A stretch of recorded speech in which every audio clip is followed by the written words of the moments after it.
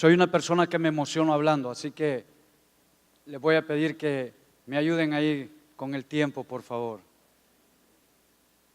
Hace muchos años tuve la oportunidad de recibir al Señor. Nunca me imaginé que todo esto iba a venir a mi vida. Pero ayer compartía con los que tuvieron la oportunidad que vengo de una familia de mucha oración. Les contaba incluso que mi padre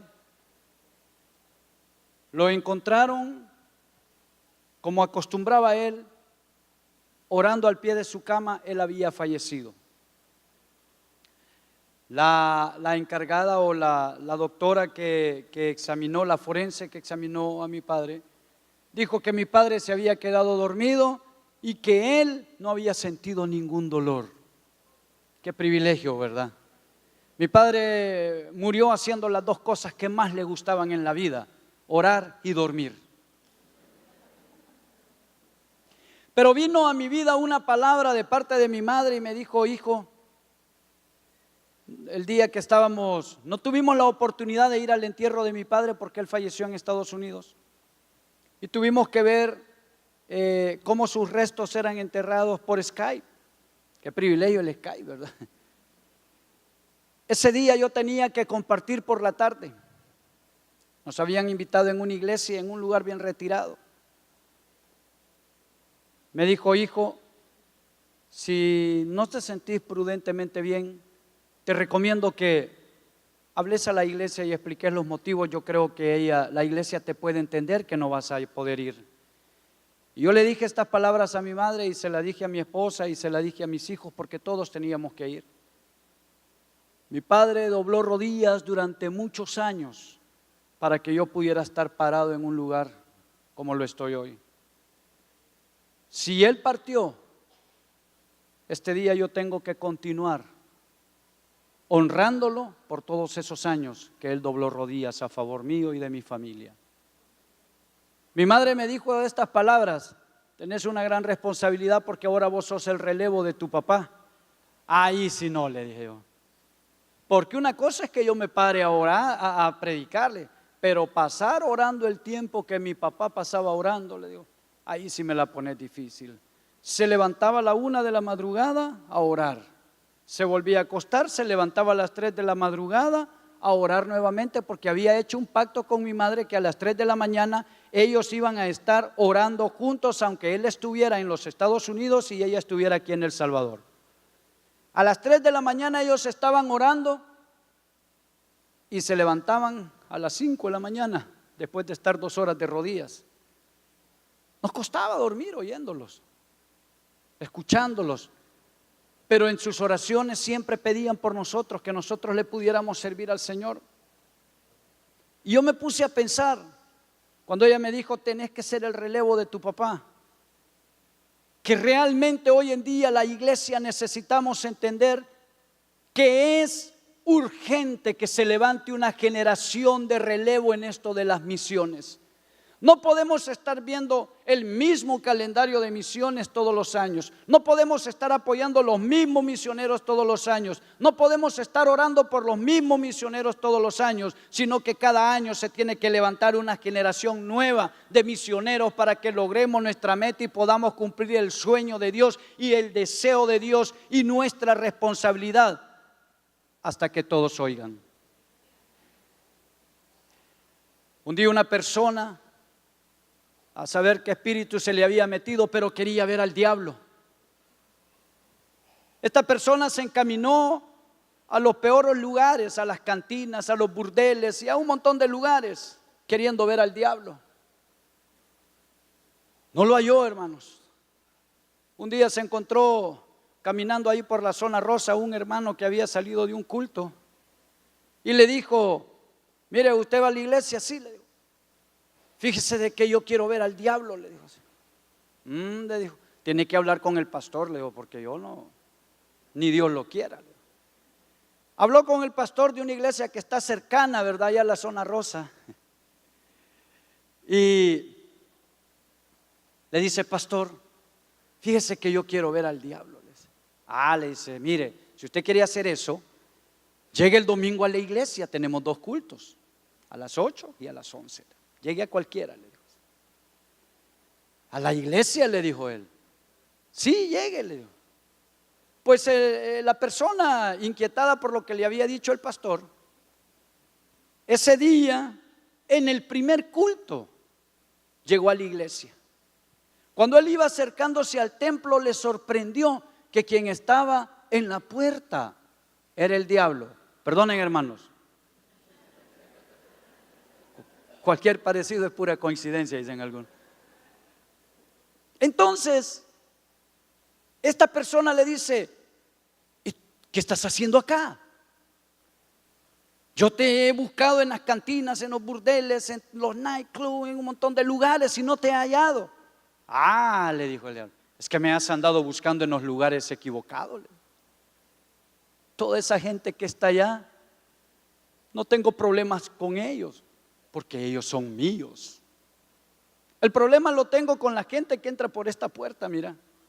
Porque aquí yo estoy pendiente sobre todas las cosas de que las personas vivan en contienda, que las personas vivan en rebeldía con los pastores, con sus líderes, que las personas no pongan atención a la palabra, que no la pongan por obra, que las personas se aburran y les dé sueño cuando esté predicando, sobre todo si es un predicador que viene de Honduras. Y aparte de eso, me interesa que no cumplan el mandato que Dios ha dado, que se queden encajonados, que no salgan, que otros no oigan. Ay, si ellos ya oyeron, pues ¿qué importa? Pero que otros no oigan. Y para culminar, si con eso no basta, cuando van saliendo yo me encargo de ponerles el pie para que tropiecen y caigan. El enemigo, amados hermanos, anda como león rugiente, buscando a quien devorar. No anda allá afuera, no es con los de allá el problema, es con usted, es conmigo, es con todos. Porque a él lo que le interesa es que ya nadie más oiga del evangelio. Ya hasta aquí suficiente, dice. Hay pastores que hemos llegado al colmo de decir: no me importa, yo prefiero tener calidad y no cantidad. Y se conforman con los pocos hermanos que tienen, cuando nuestra tarea como iglesia es romper el esquema, salir de las 4 paredes y lograr así que otros puedan escuchar. Ya basta de vivir un evangelio de microondas. ¿Cuántos tienen un microondas acá? ¿Verdad que usted saca un arrocito del refrigerador, lo mete al microondas, le da un par de minutos, ese arrocito sale calientito, ¿verdad? Para comérselo, ¿verdad que sí? Ajá. Algunos de nosotros venimos aquí a la iglesia, 2 horas de culto, la alabanza estuvo excelente, los hermanos garífunas tocan bonito, la predicación estuvo buena, 2 horas. ¿Qué pasa con el arroz si no se lo come? Después de calentado en el microondas, se vuelve todo tieso, todo insípido. Muchos de nosotros, después de 2 horas de culto que decimos que aquí estuvo bueno, con el evangelio de microondas, salimos por esa puerta y allá afuera se nos olvida todo lo que aquí pasó y terminamos más tiesos que cuando entramos. Necesitamos mantener avivado el fuego de Dios que Él ha puesto en cada uno de nosotros. Necesitamos generar, oiga bien, necesitamos generar obreros, personas que quieran servir dentro de la iglesia, pero que también quieran ir a otros lugares. Yo felicito a los jóvenes. Hay cosas que aquí los padres quizás ni saben, o los hermanos ni saben, porque el video hay cosas que no puede presentar, pero yo les puedo testificar de estos jóvenes que ustedes ven ahí, que es 8:15. No solo es 8:15, ahí les faltan datos, pastor, porque esos 8:15, muchos son los que escucharon, muchos son los que recibieron, pero la juventud que estuvo en ese lugar sirvió de testimonio para muchos en ese lugar, estimuló e inspiró a muchos en ese lugar. Yo les testifico que por la presencia, la predicación de las personas que van de acá, de las personas que llegaron en esa iglesia que ustedes vieron, ahora hay nuevas familias. Tal vez uno recibió a Jesús, pero ese uno se llevó a la familia. Esos datos no los tienen. Hay datos que hacen falta. Estos jóvenes empezaron a orar de esquina a esquina al templo, ¿se recuerdan? Y en un momento dado empezó la presencia de Dios a fluir, pero también hubo un momento en que el enemigo quiso interrumpir la bendición que en ese lugar iba a pasar. Tuvieron que atar demonios, tuvieron que orar para liberaciones. Había gente en el piso tirada revolcándose, había gente con espíritus inmundos. Pero Dios hizo una obra especial por medio del Espíritu Santo. Pero ¿sabe qué? Esa es la experiencia que esta generación tuvo. ¿Cuál es tu experiencia en tu generación? En mi generación pasábamos en la iglesia preparándonos. Se nos había inculcado, y para mí sigue siendo así, que todo aquel que quiera aceptar el reto de ir hasta que todos oigan a cualquier parte, tiene que prepararse en iglesia. Tiene que aprender en iglesia. Si queremos una generación de relevo en esta de las misiones, tenemos que prepararnos y servir en nuestras iglesias. Quiero que vaya conmigo a Josué en el capítulo 1.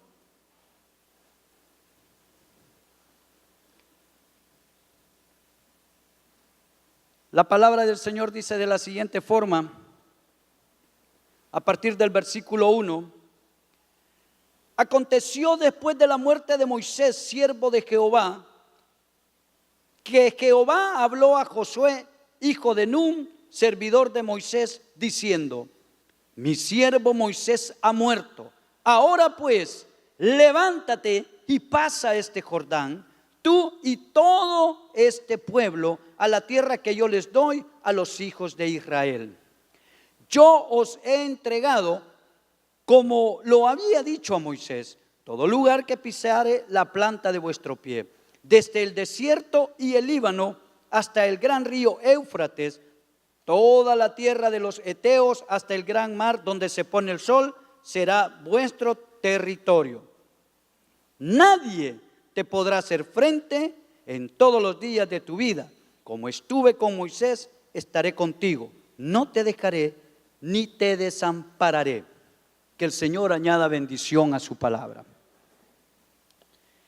Es curioso, pero usted tiene que observar que en este momento Jehová le dice: mi siervo Moisés ha muerto.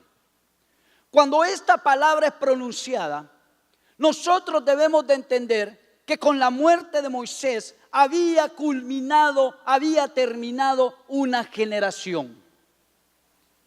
Con la muerte de Moisés era necesario que se levantara una generación. Muere una generación, termina una generación, se levanta una generación diferente. En esta situación, viene el Señor y le dice, fíjese cómo va de progresivo este asunto de la generación. Mi siervo Moisés ha muerto, ahora pues, levántate y pasa este Jordán. El Señor te está diciendo esta mañana, hay una generación que necesita ir, como decía el pastor, en trascendencia. Eso quiere decir que ahora este llamado de levántate es para ti, es para usted, es para nosotros. Levántate, es lo que el Señor te está diciendo ahora, y ve. Pero resulta, amados hermanos, que nosotros tenemos que entender quién era Moisés. ¿Quién era Moisés para el pueblo? Era su gran líder. Era aquella persona que había llegado al punto de poder hablar con Dios. Era aquella persona que Dios le había dicho, mira, tira la vara. ¿Y qué pasó cuando la vara era tirada? Se convertían en. También le dijo cuando estaban a la orilla del mar, levanta la vara. ¿Y qué pasó? El mar se abrió. Habían tantas cosas que habían pasado por medio de Moisés. Moisés había sido prácticamente el canal de bendición para que el maná fluyera. Moisés era su gran líder. ¿Quién es tu gran líder en esta mañana? ¿A quién idealizas como quien quisiera ser? Yo estaba preocupado un día de estos. Los dos hijos pequeños de nosotros, de los 3 que tenemos, nos dijeron: papá, mamá, queremos hablar con ustedes. Yo le dije a mi esposa: eso sí me aflige, porque nosotros hicimos un pacto con Dios, que este llamado misionero nosotros lo teníamos que recibir y atender como familia. Si el más pequeñito decía no quiero ir, nosotros sabíamos que no teníamos que ir, porque era la confirmación que le habíamos pedido a Dios. Sin embargo, no fue así. Todos dijimos que sí. Pero resulta que hace unos meses ellos nos dijeron: queremos hablar con ustedes. Nos sentamos en la sala y yo veía que uno codeaba al otro, como queriendo decir: decile vos, decile vos. Pero el más pequeño es más suelto para hablar, increíble, pero él es para decir las cosas, se parece a la mamá. Y papá me dice: Nahum y yo hemos estado hablando que solo les vamos a apoyar unos días, unos años más. Y yo dije: ¿y ustedes qué les pasa? ¿Y por qué? Es que fíjate, me dice, que yo he estado orando y yo he estado pidiendo al Señor que yo me quiero ir de misionero a Jamaica. Y Nahum se quiere ir de misionero a Italia. Y yo me asusté. Y le digo al mayor: Brian, ¿y vos qué pensás? No, yo me voy con Elíasar porque él va para Jamaica, y como el mayor canta reggae cristiano, él dice que allá la tiene hecha. Entonces, nosotros entendimos algo con mi esposa, que somos los responsables, primeramente en el hogar, luego en la iglesia, de formar una generación de relevo, de formar cristianos maduros, responsables, de formar nuevos líderes responsables, respetuosos, de formar nuevos pastores, de formar nuevos misioneros, de formar una iglesia con una generación diferente. Y usted va a decir: ¿diferente por qué? Ahora seguimos en eso. El hecho, amados hermanos, es que puede imaginarse usted lo que representa sustituir a Moisés. Oiga, era el gran líder. Pero hay una palabra que el Señor le dice a Josué, y quiero compartirla con ustedes. Él le dice: mi siervo Moisés ha muerto, ahora pues levántate y pasa esta tierra, tú y todo el pueblo, a la tierra que yo os doy a los hijos de Israel. Yo os he entregado, como lo había dicho a Moisés, todo lugar que pisare la planta de vuestro pie. Y le dice: desde el desierto y el Líbano hasta el gran río Éufrates, toda la tierra de los heteos. Oiga bien esta palabra: nadie te podrá hacer frente en todos los días de tu vida. Y luego le dice: como estuve con Moisés, estaré contigo, no te dejaré ni te desampararé. El Señor no le dice: como hice con Moisés, voy a hacer contigo. El Señor no le dice: mira, vos también vas a abrir el mar, vos también vas a hacer muchas cosas como las que Moisés hizo. Sino que le dice: como estuve con Moisés, estaré contigo. Ese mismo que estuvo con Moisés, ese mismo que estuvo con Josué, es el mismo que está con usted y conmigo esta mañana. Quizás nosotros no vamos a poder hacer lo que otros hicieron. Quizás nosotros, jóvenes, no vamos a poder construir otro templo cristiano. Quizás nosotros no vamos a poder montar otra cadena de instituciones educativas como liceos cristianos. Pero la Biblia me dice a mí que cosas mayores podemos hacer.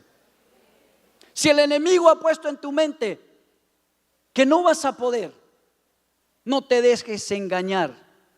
Porque la Biblia te dice, Jesús te dice, que cosas mayores puedes lograr hacer en el nombre de Jesús. Es posible que muchas veces nosotros no entendamos esto del llamado. A nosotros nos costó mucho entenderlo, pero pudimos descubrir que en la obediencia, en la sujeción, viene la bendición de parte de Dios y viene tu respuesta. Tuvimos muchas dificultades, claro, como cualquiera.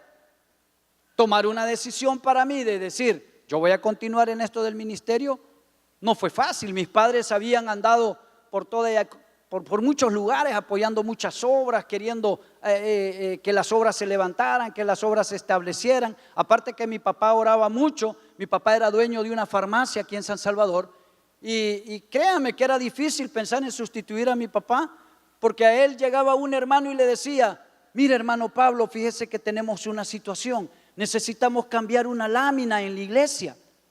Y mi papá llegaba con una persona idónea en eso de construcción, veía la lámina y decía, sí, hay que cambiar todo el techo. Y él pagaba y cambiaba todo. ¿Y yo de dónde? Si no tenía ni aspirinas en la casa, y mi papá tenía farmacia, Dios lo había bendecido mucho porque era un hombre de oración. Y por medio de eso nosotros habíamos salido bendecidos. Entonces viene y surge la necesidad de entender el hecho de ser una generación de relevo. Pero en esto de las misiones no es cualquier generación de relevo. Hay dos puntos que voy a tocar únicamente esta mañana. La primera es que tenemos que aprender a ser realmente una generación de relevo fundamentada en la verdad. La verdad, amados hermanos, como decía, yo le estaba diciendo a mi esposa hoy temprano, si me hubiera puesto de acuerdo con el pastor, no la pegamos. Pero casi veníamos a hablar algo y yo entendí que era un mensaje para la iglesia. La verdad, amados hermanos, nosotros la manejamos porque es una verdad absoluta, que Jesús es el camino, la verdad y la vida. ¿Cuántos lo creen?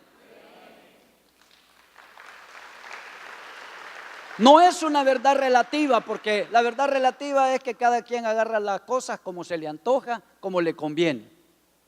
Y eso no es el fuerte nuestro. Tenemos que ser una generación fundamentada en la verdad.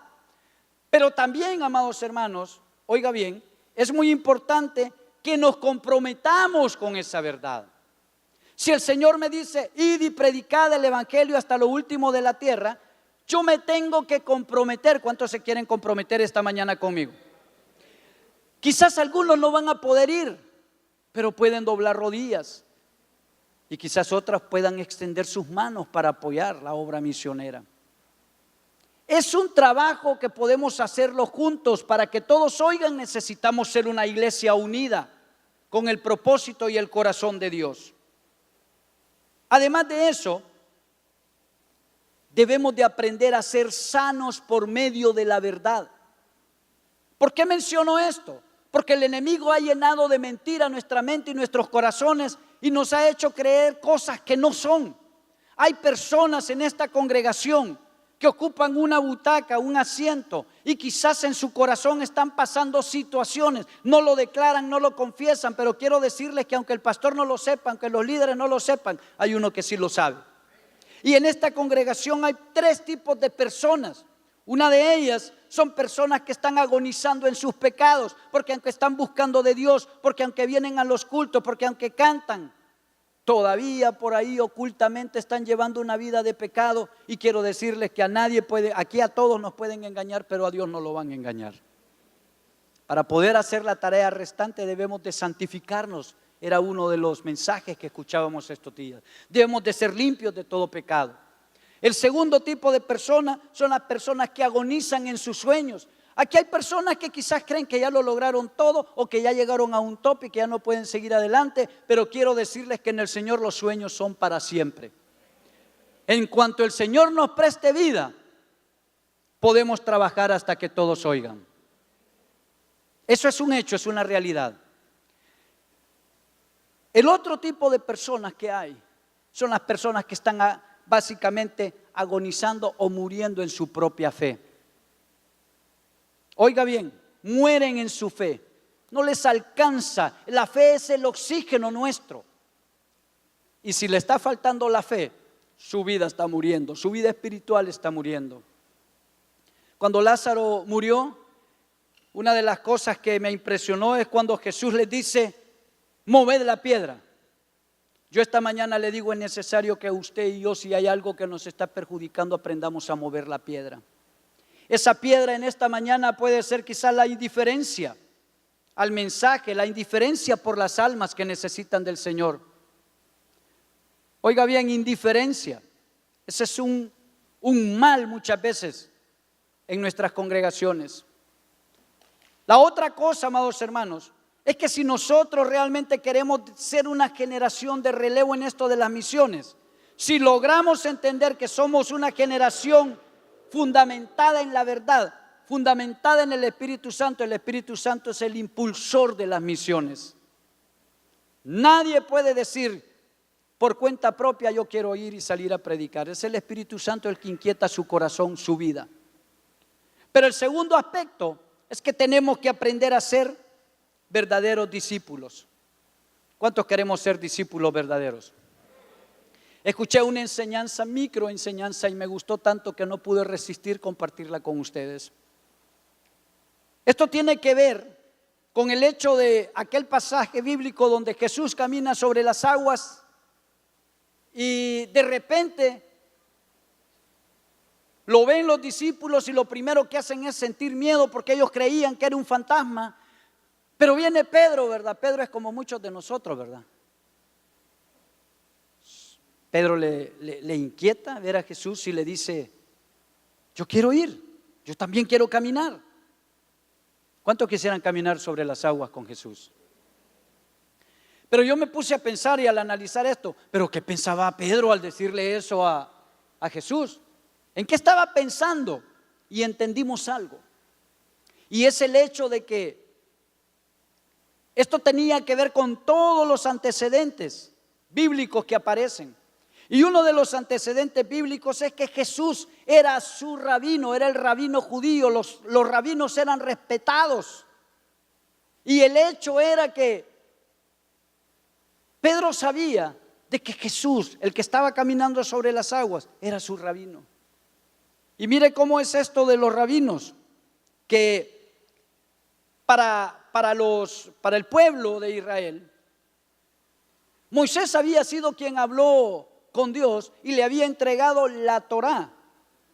Y la Torá no solamente era básicamente el fundamento espiritual de ellos, sino que era parte de su sistema educativo, tan así, que hay algo que se llamaba el Beit Sefer, que era el principio de educación que los niños tenían de los 6 a los 10 años, y entre esas edades los niños de 6 a 10 años se tenían que aprender de memoria la Torá. ¿Cuántos me vienen a decir aquí solamente el Salmo 119 de memoria? Jesús lloró, decimos muchos cuando nos preguntan un versículo. Se aprendían la Torá, los primeros 5 libros de la Biblia, era su instrucción, era su centro de enseñanza. Pero luego, al terminar a los 10 años, estos niños se les recomendaba que aprendieran el oficio de la familia. Solo lo mejor de lo mejor pasaba al siguiente nivel, que era el Beit Talmud. Y el Beit Talmud tenía que ver con que los niños de 10 a 15 años se aprendían el resto de la escritura hebrea. Eso quiere decir que a los 15 años lo mejor de lo mejor se aprendía desde Génesis hasta Malaquías, de memoria, palabra por palabra. Lo mejor de lo mejor era eso. Pero faltaba un nivel, y ese nivel es el Beit Midrash, que esto era lo mejor de lo mejor de lo mejor.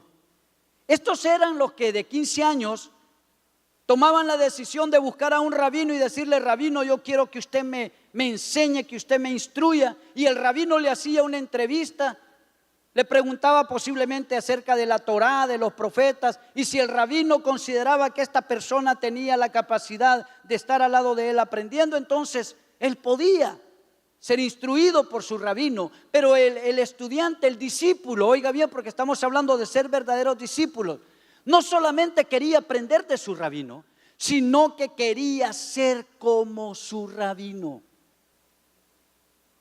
Era lo mejor de lo mejor de lo mejor. Cuando estos muchachos llegaban a la edad de 30 años, posiblemente ellos ya eran rabinos. Por eso la historia narra que vemos a Jesús caminando por la playa ya como un rabino, ¿verdad?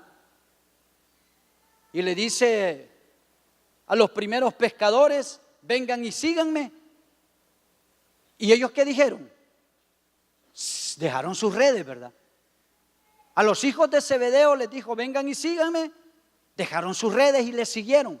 Porque los rabinos eran respetados y ellos dijeron: el rabino me está diciendo que le siga. Pero esta mañana yo quiero decirle algo. Me llamó la atención que los pescadores, como lo estoy mencionando, pescadores, quiere decir que ellos no eran lo mejor de lo mejor. Ellos no lo habían logrado. Ellos no seguían a ningún rabino. Quizás eran como muchos de los que estamos aquí. Solo lo mejor de lo mejor de lo mejor lograba ser un rabino. Solo lo mejor de lo mejor lograba pasar al siguiente nivel, aprenderse de Génesis a Malaquías. Y estos eran pescadores. Quiere decir que ellos a cierta edad dejaron el sistema educativo y se dedicaron a aprender el oficio, el comercio de la familia.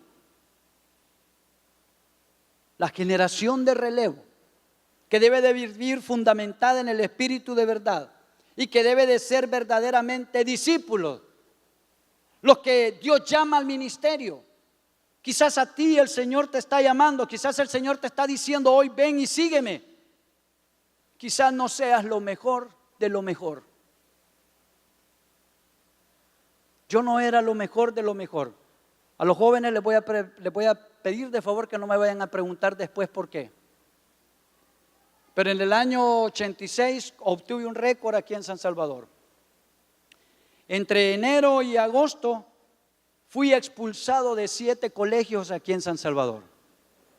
Gracias a Dios ya era cristiano, porque si no, a saber cómo me hubiera ido. Nadie daba nada por mí. Toda la gente me veía como un fracasado. Toda la gente pensaba que yo no iba a llegar a los 30 años. Gloria a Dios, ya pasé un par de añitos más.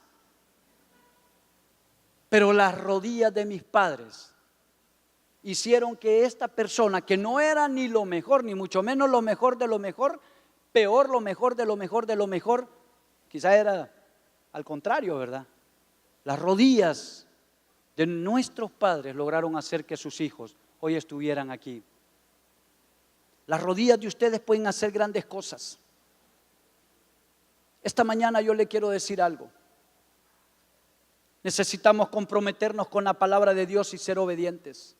Necesitamos entender que el llamado del Señor que está haciendo para tu vida en esta mañana no es porque seas el mejor. Quizás lo está haciendo porque sabe que en medio de todo lo que estás viviendo ahora, Dios te va a usar para testificar y poder ganar a otras personas. Dios te va a usar para poder interceder por otros y poder hacer que otros vayan. Dios te va a usar, quizás te va a bendecir porque va a prosperar tu vida para que tú puedas bendecir la vida de otros para que vayan. Una hermana me preguntaba ayer: ¿y ustedes por qué la ofrenda que piden es de 25 centavos al mes por miembro? Y yo le decía: increíble lo que 25 centavos pueden hacer.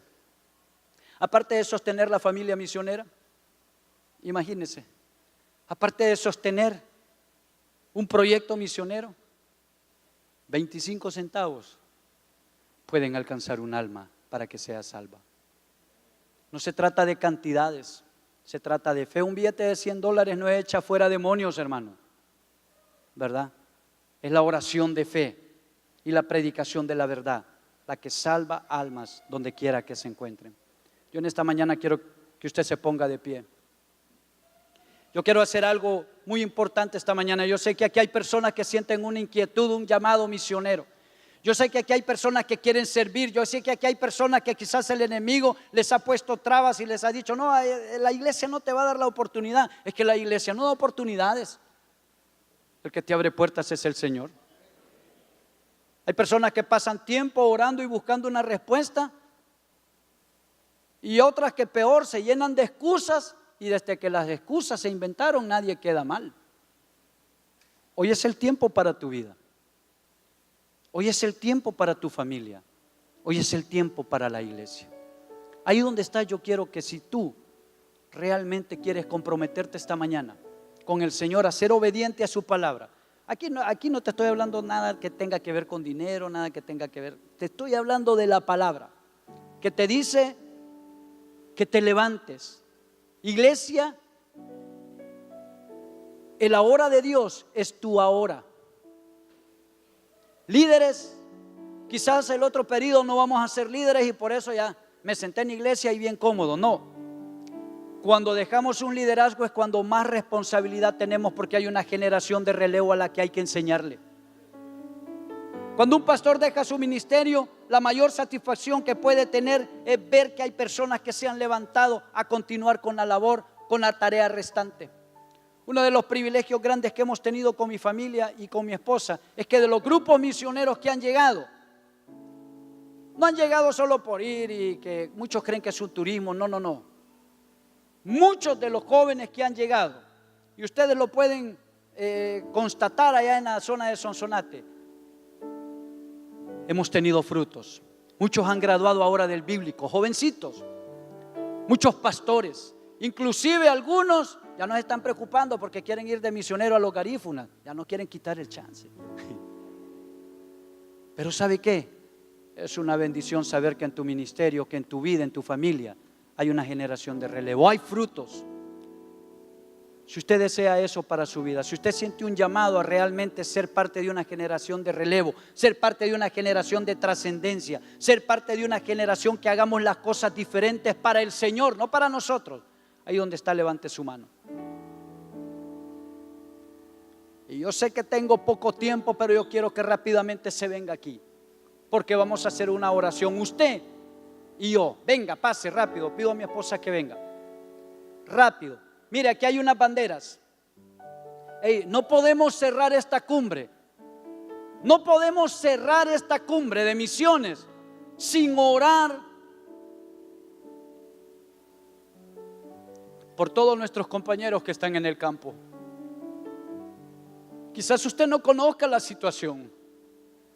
Quizás usted no sepa cuando de repente un hijo se enferma. Ahí donde está, empiece a orar por una de esas banderas. Ahí hay un país representado. Yo fui traído de emergencia de Honduras. ¿Quiere que le diga algo? No me salvó el hombre, me salvó el Señor. Me quitaron la vesícula, me quitaron un tercio de estómago, me perforaron el páncreas, el estómago me lo unieron, me dio una arritmia cardíaca. Ya no le daban muchas esperanzas a mi esposa. Quizás ella se alegraba, ¿verdad? Pero juntos supimos que Dios tiene un propósito para nosotros. Queremos orar. Quiero los pastores que nos ayuden. No podemos hacer esto en tan poco tiempo, pero sí queremos orar, ministrar sus vidas rápidamente y decirle lo siguiente.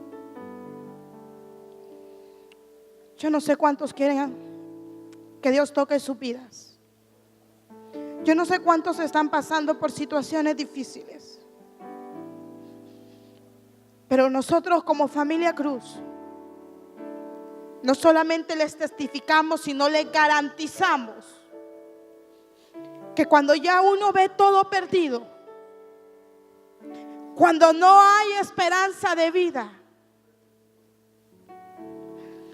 en el momento que pensamos nosotros que la batalla estaba perdida, Dios nos dijo: veas lo que veas, no dudes que yo lo voy a sanar. En esta mañana te digo: veas lo que veas, no dudes. Dios tiene poder para levantarte todavía. Dios no anda buscando tus títulos, no anda buscando tus posesiones. Dios anda buscando un corazón quebrantado, un corazón dispuesto, un corazón que pueda decir: heme aquí, Señor, aquí estoy dispuesto para hacer la voluntad tuya. A donde tú me envíes, ahí quiero ir.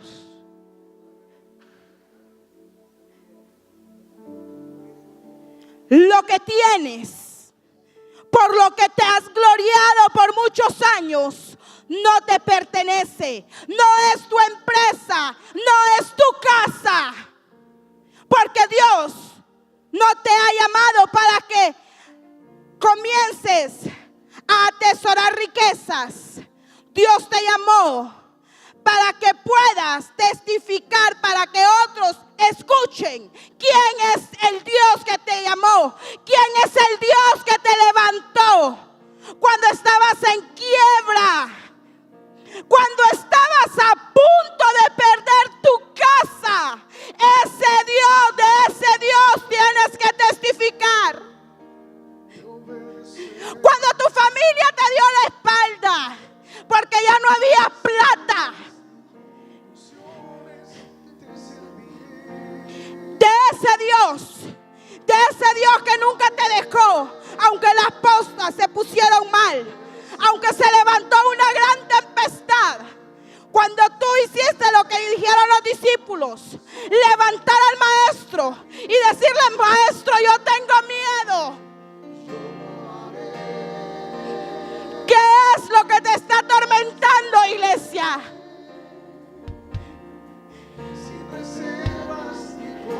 Dios no te está pidiendo tu dinero, porque la Biblia dice que Él es el dueño del oro y de la plata. Él te está pidiendo tu corazón.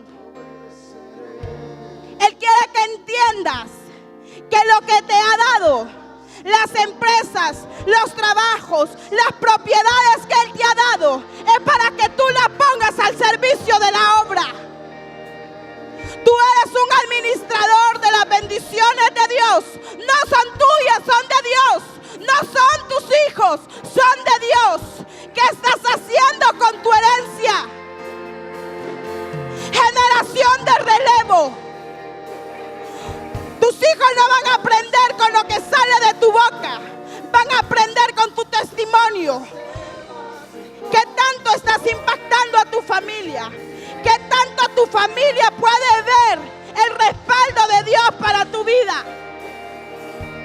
Somos una familia que estuvimos a punto de perder el elemento más importante.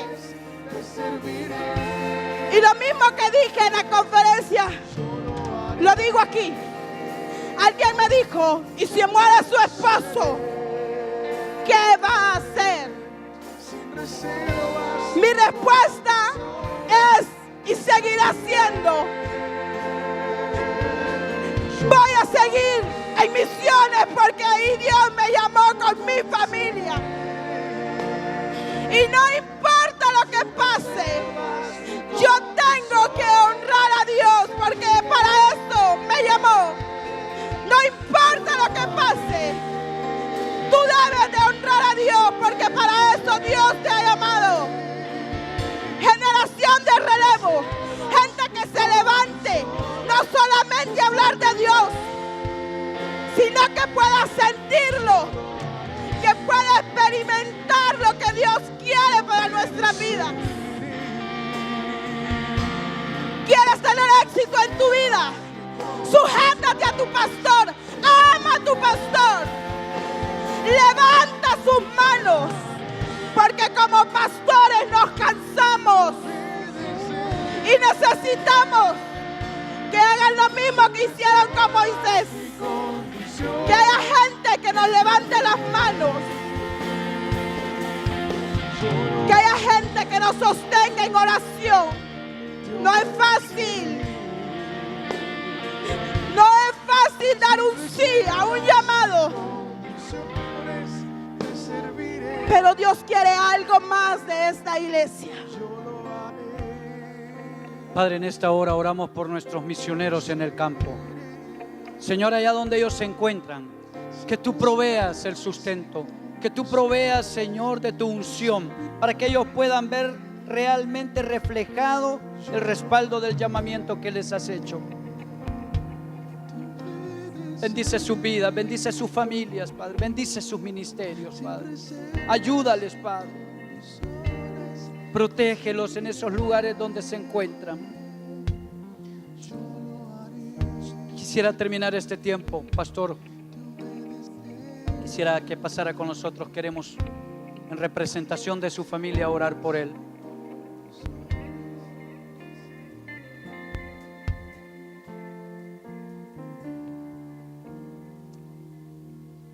Padre, ahora en el nombre de Jesús, oh Señor amado, tú que das, Señor, los ministerios. Padre, quizás no porque seamos lo mejor de lo mejor, sino porque realmente tú conoces la disposición del corazón. Gracias, Señor, por la vida de este hombre y su familia, Padre, que tú lo has puesto en este lugar. Señor, pedimos una unción fresca para su vida, Padre. Fortalécelo en el nombre de Jesús. Señor, úsalo con poder y autoridad, Señor. Sobre todas las cosas, guarda a su familia, protégela en el nombre de Jesús, Señor. En el nombre de Jesús clamamos, Señor, por la vida de este siervo, Padre, para que tú le sigas usando conforme a tu voluntad. A él, a su esposa, a sus hijos y a toda su generación de relevo, Padre. Bendice esta congregación en el nombre de Jesús. Vinila Bubungiu y Taralá. Que el Señor les bendiga, amados hermanos. Pastor.